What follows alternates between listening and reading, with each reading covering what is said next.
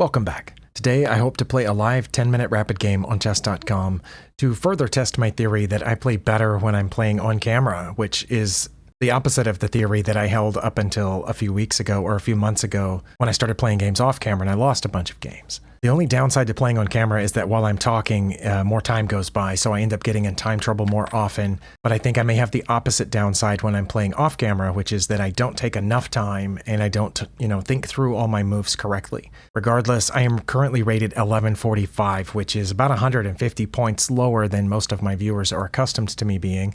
I have gotten paired with someone very close to my rating. We're going to play the English opening. Sometimes my opponents play d5 here, but this one played normally.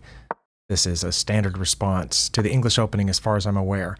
That is not, and I have no idea what to do about that. Okay, I mean, maybe it is, but I don't see that hardly ever. What do I do about that? Oh my goodness. Okay. Well, you know what? I'm going to play d4 and see. I assume they're going to push past, but I have no idea what to do about that. I'm already lost on move 3. If they take, I'll take back with my queen, then they'll attack my queen with the knight, and I'll bring the queen back. But if they push past, then I have no idea what to do. Okay, my opponent is taking a bunch of time here, so maybe they weren't familiar with this opening either. You'd think if somebody played that far off of the beaten path, then they would have some idea of what they were doing. Maybe they're thinking about that I could check over here, so they're working on a way to block that. They did not think about that. Well, you know what? I'm going to go ahead and do it. That's not a check. Oh, wow. Oh, my goodness. Why would I think that? That's not a check. Oh my goodness. Okay, well, I'm going to take that e-pawn. I assume their knight's going to take there, and then we'll just keep going. Okay, now they're attacking this pawn. I can solve that by playing here or playing here. They think I'm going to play my b-pawn to protect my c-pawn, and then I can get my bishop out, but I need to get some of these pieces out over here on the king side, not the pawns. The pieces behind the pawns is what I need to get out. Okay, we have a knight come out. Okay, now I could play this bishop over here, but I almost never do the thing where you pin the knight to the queen with the bishop, especially when their bishop hasn't moved yet, because it's so easy for them to block that. Also, if they play the pawn, am I supposed to take? I don't know, because their queen's just going to go there. I want to get my pieces and pawns out here, and I think I'm going to go ahead and fianchetto like I normally do, put the bishop over here and maybe get the knight out on this side in front of the king. Because now that their e-pawn is gone, that f-pawn isn't nearly as scary. Okay, that's a little bothersome, but I was going to put this bishop here anyway. Are they going to try to come in here and put a double attack on that? In which case, I guess I would have to put my queen there. They did do that. I guess I have to put my queen there, otherwise they're going to take here, and then when I take, they're going to take, and then they'll win my rook after that check. And I don't have any other way to defend against that I know of, so I'm going to put my queen there. If they take that, I will take. I do have some opponents that really like to trade a bunch of minor pieces very early, and that may be because they feel stronger in an endgame when it's all just rooks and queens. I'm not sure, but I do have that happen very often. Okay, my opponent took a while and castled. Should I force this issue over here? I think I'm going to force the issue over here because there's no point in continuing to have this standoff forever. They may also have wanted me to do that so they could push their bishop back here, and then they would have two pieces. Yeah, they have two pieces aimed there now, which I don't think is quite as good anymore because I can just take this knight. I'm going to take that knight, which I know brings a pawn over here, but then that knight is free, I think. I believe that's a free knight, so I'm going to take it. And again, this could be part of a trap. But my opponent is playing very slowly, like they're not very accustomed to it. Okay, that might have been part of the trap, is, now that their rook is guarding this. But I think I can just move my king over.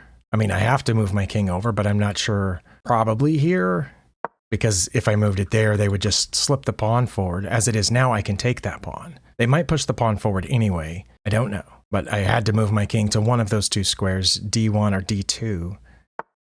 I'm just going to bring the bishop back here to c3, I think, which helps protect a little bit here. And also, if I have to run my king to that side, that's what I'll do. But clearly, my opponent's f5 push early was part of some coordinated attack here that they have done before. Or maybe they haven't done it before. Maybe they tried it for the first time, which explains their time usage here. My time usage, obviously, is explained by me talking a lot. I was about to say I could take this pawn right now, but now, of course, I can't. And when they move it forward, my queen will be in danger. So I need to move my queen someplace.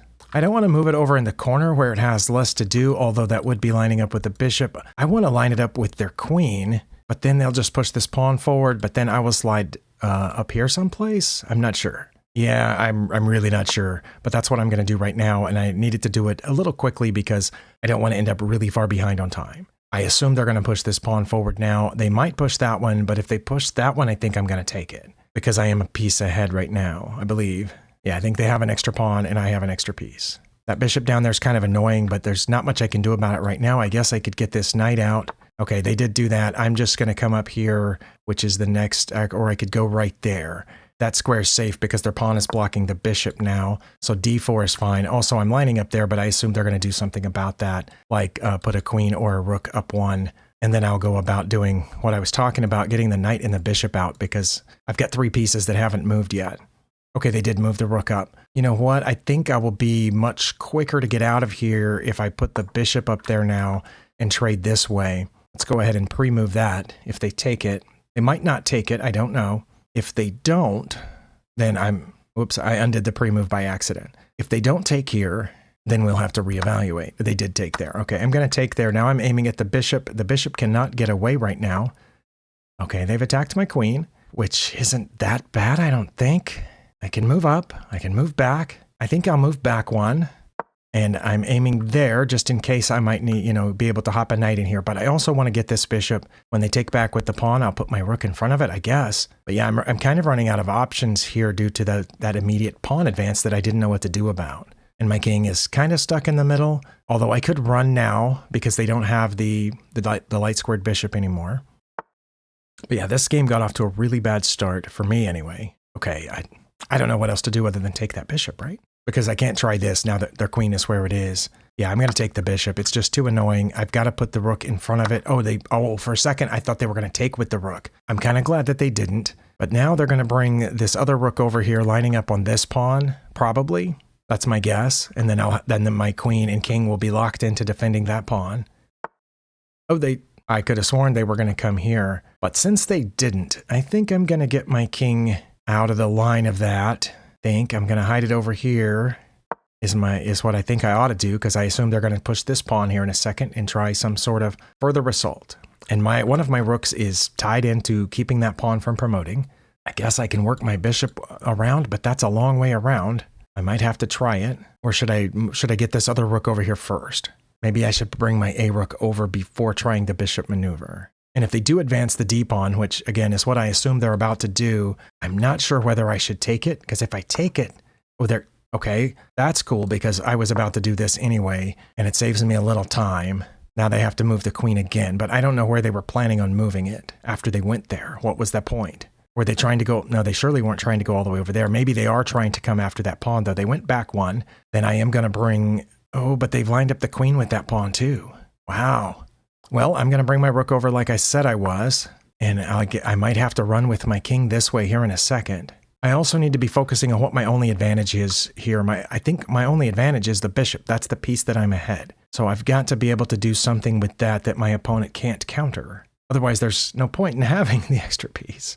I obviously can't move my king through these squares because of their queen right now, although I could put my bishop back. I am considering that. I just didn't want to repeat, right? Because they just moved their queen there, and if I did this, they'd move their queen back. Okay, they did do that. I'm pretty sure I have to take it, but now I think they're going to line up on it, and I'm going to have to protect it with the other pawn. Okay, they did line up on it. I'm going to protect it with the other pawn, so they will at least lose a rook out of this deal. This also gives me a little bit more firepower for this against that pawn.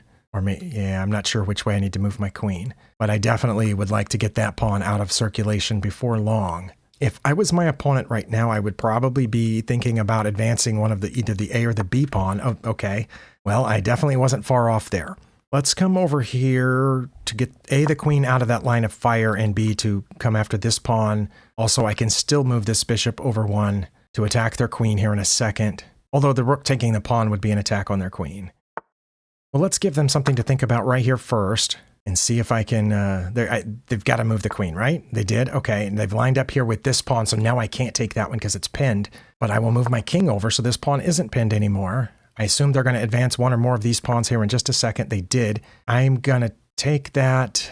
Let's see. If I take that and they take back and I take, then this pawn won't be defended anymore. So Very carefully, I am just going to block that pawn, and if it takes here, I'll take with my king. Pretty sure that's what I have to do. Okay, I think I'm going to take that with my king, and now see what they're going to do. I also thought about putting my bishop on a5 to attack that rear rook, but it just slides sideways. What can I do? I can keep that pawn from moving forward and attack the rook at the same time. Okay, they've come after this pawn, which is doubly attacked, so I will move it forward one, because now I have this extra advantage of 2 passed pawns, which they can come after, but not that way. Wait, is there a check they can get over here? Not a safe check. I'm going to keep pushing that. My rook is guarding this one, the pawn is guarding that one, and I am winning the time game. I've been trying to stay conscious of that. I don't know what my opponent's idea is here. Are they going to try to line up on the D pawn? And if so, oh, they pushed there. Okay, well, I'm going to take that. Oh, should I take with the bishop? No, I'm going to take it with the pawn, because if I take with the bishop, they would advance that other pawn. Okay, now they're coming there, which gives me, I'm pretty sure gives me this pawn, and then I can come back to where it's safe. They're lining up there. I think I have to go up here with my rook to defend that pawn, and my rook is defended, but now I don't have anything protecting that pawn. Okay, they're coming after my rear pawn, which I can defend by bringing my queen back, which I intended to do anyway, but that's not where I need to bring it back to because their queen is there. Oh my goodness. Okay, holy cow. Then let's be really careful and let's defend that with the rook, and then I bring my queen back. Okay, they're sitting in there. I'm bringing the queen back now, which also gets behind my e-pawn, which I need to advance here in a second. And they've done that. Okay, so we're advancing the e-pawn. I don't know if they'll give up a rook forward or not, but we've got to do it. Also, I have a check coming here, which can force a queen trade. If they, say, block that pawn with their rook, they didn't. Where are they? Oh, they're aiming back here behind my queen. Okay, I'm going to force the queen trade here as my opponent slowly runs out of time. Oh, I'm going to take it then. Okay. So I'm not worried about that anymore. I'm going to check here and then promote when they take my rook. Okay, wow. That was really tense, and all due to like move 2 when my opponent played f5. I also felt like I was running on in the mouth even more than usual, but I was very nervous because of that unusual opening. Okay, let's run the game review. All right, well, I'm surprised it rated me at only 79 if I just had a miss. No blunders, no mistakes, and a handful of inaccuracies. My opponent did not have any blunders or even a miss, but they had 3 mistakes, which looked like a couple of them were right there as I was falling behind, and then they made 2 mistakes in a row, and I was ahead ever since. They made 1 more mistake there. Okay, my miss is really late. Oh, come on. I missed a mate in 2 apparently very near the end, but how does that give me 79.4? No mistakes, no blunders, and no miss until, what, 2-3 moves from the end? Okay, so apparently d4 was an okay response to the f5. It is the top response according to Stockfish here, or g3. I could have just played g3. Okay, but I played d4 and I expected them to push past. But that's not one of the top 2 moves. I'm curious about the opening book here. The top move played by titled players is taking that pawn. Nobody. Okay, so no, sorry, I said nobody, but about a third of people push past. Okay, what would I have done then? Knight to h3. What it says. Also, I don't recognize any of these names unless this one is Humpy Konaru, which that's probably not how it's pronounced, but that would be the only one of any of these names that I recognize, if so, has been in this position before. But I would have to play either knight to h3 or g3 and just pretend that they weren't right here in my face with these pawns. What if I played g3 and they pushed the f pawn again? Would I take it and just completely mess up the kingside structure? Or if they moved forward, would I take this pawn? No. If I played g3 and they moved that forward, I could take with the bishop. But I don't know that I've ever faced that before. Okay, but they didn't play that forward in my game. We were over here. They played knight to c6 here instead of d6 or taking. Yeah, if they had taken, I would have taken with the queen. They would have gotten their knight out, and I would have dropped the queen back just 1. Interesting. I thought I would have dropped the queen all the way back. So this was inaccurate, and I should not have taken their pawn. I should have pushed past to attack the knight. All right, I ran into this in a previous analysis where I should have pushed pawns to attack knights, but in this case, if I did that, it says they would go in here to e7, but why wouldn't they just hop in front where that pawn's protecting it? I guess if they did, I would play the e-pawn, and then it would have nowhere to go. Okay, so it would have to hop back. I was so worried about these coming in that I didn't want to leave that pawn there. It is my second best move, and again, curious about master play. Only one of 6 masters has taken the pawn. 3 people have pushed past, and 1 here played knight to f3, even though it can immediately be attacked. And white won that game. So was that Magnus Carlsen? Oh, sorry, that was 2 games. 2 games played here, but now there are this many games. 800 and something? Okay, there had to have been a transposition. I'm guessing some people played this on the previous move and then played this, because now we've transposed into a position where there's over 800 games. And of course, most of them, the master pushed here. And then a lot of people played knight to g5, and a lot of people played d5 here. Some played bishop to g5 and just left their knight hanging. And other people brought the knight back to d2, or went up here to e5. So back here where... Let's see. Okay, we're actually in the position.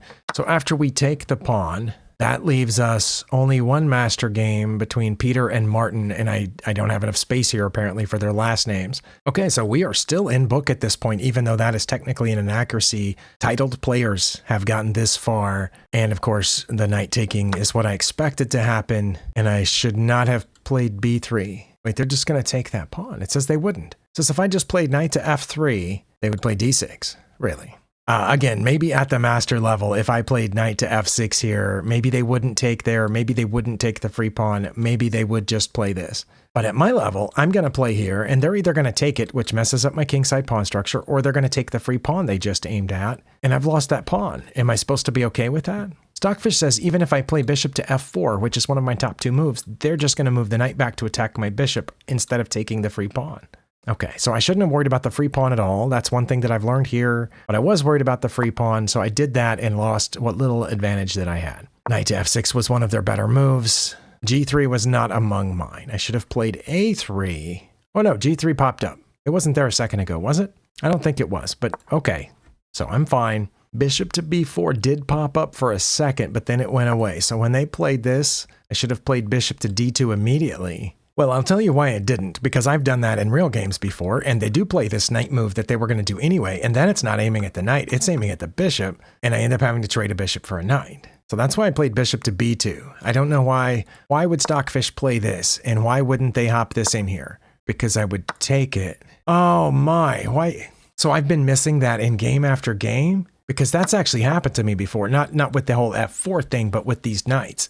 When the opponent comes and pins this, I have played the bishop here before and they immediately attack it, but in that case I should just take it. Wow, I feel pretty dim-witted right now, but I played this instead, and now knight to e4 is my opponent's best move, and queen to c2 is not my only choice. Oh, I could have brought the rook over. Okay, and they castled, which gives me an advantage if I will play knight to h3. That's the only move. Knight to h3, the only move that gives me a very slight advantage. I guess that would have prevented this pawn from advancing, but I was tired of this little standoff over here on the left, so I played there. It is their best move to take, not their best move to move back. And we're approaching the point at which I gained the advantage permanently. Again, I'm supposed to play knight to h3 or e3. e3 blocks them from seeing that, because I didn't think they were going to give it up. Shouldn't have taken this. Okay, now e3 I understand. It keeps this whole scenario from happening over here.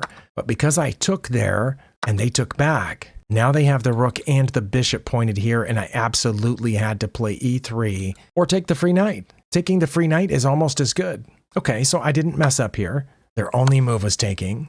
Wait, this was counted as a great move to move my king over one, but the other one was ridiculous. Although it says they would not have pushed this pawn in that situation, but that was counted as a great move for some reason. d6 was their absolute best move. Obviously, I had to move the bishop back. It looks like it didn't matter whether it was bishop to c3 or b2. And here they had to play bishop to e3 or d5. And this is where they lost the game. I had no idea during the game that this is where they lost the game. I knew at this point that I was up a piece for a pawn, but it looked like I was in pretty bad trouble. Their queen is lined up with my king, and there's a pawn, ready here to come break open stuff. They have a bishop deep in here that I can't get out. They can lock that bishop in with this pawn and also lock in that pawn. They have a rook pointed right through here protecting the bishop, and they pointed this bishop at my queen. That gives me the advantage if I play bishop to h3 now.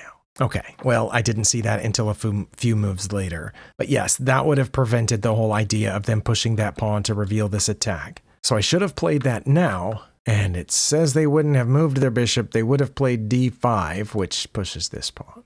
I don't know if they would have or not, but this was my second best move. And here my opponent had to play c6 or queen to e7, but they played what I expected them to, which was e3, and that was another mistake that further lost them the game, or made their loss more inevitable, I should say. I don't know that I would have found their two best moves here. If I were them, I probably would have played exactly what they did, but now I'm up +2 or more for the rest of the game. If we go back over here to the review, where we're right here at this point, plus 2.22, did I go below that at any point? No. It was 2.2 or higher for the rest of the game. Now, after that, I did have 1, 2, 3 inaccuracies and a miss. Now, way down here, I'm not going to go through the entire rest of the game. I just want to look at this point here. I had a mate in 2, but I had to check there now.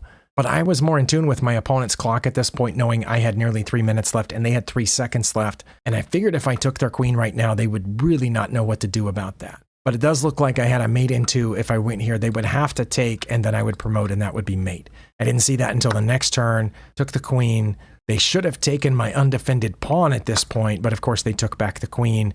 And now I have a mate in 10, because now, of course, their king can get out. Rook to f8 is one of the better moves, so that's fine. It would not actually be their best move to take. Had they taken, obviously, I would have promoted with check. They would have had to get out of check. Had they moved out first, it says I should have played d6 to protect that pawn. I'm pretty sure if they had just moved out of check, I was going to take their rook, but they didn't have enough time for that. Okay, well, I was pretty wrong about that opening then, because here I'm just fine if I play d4 or g3, and I did play d4.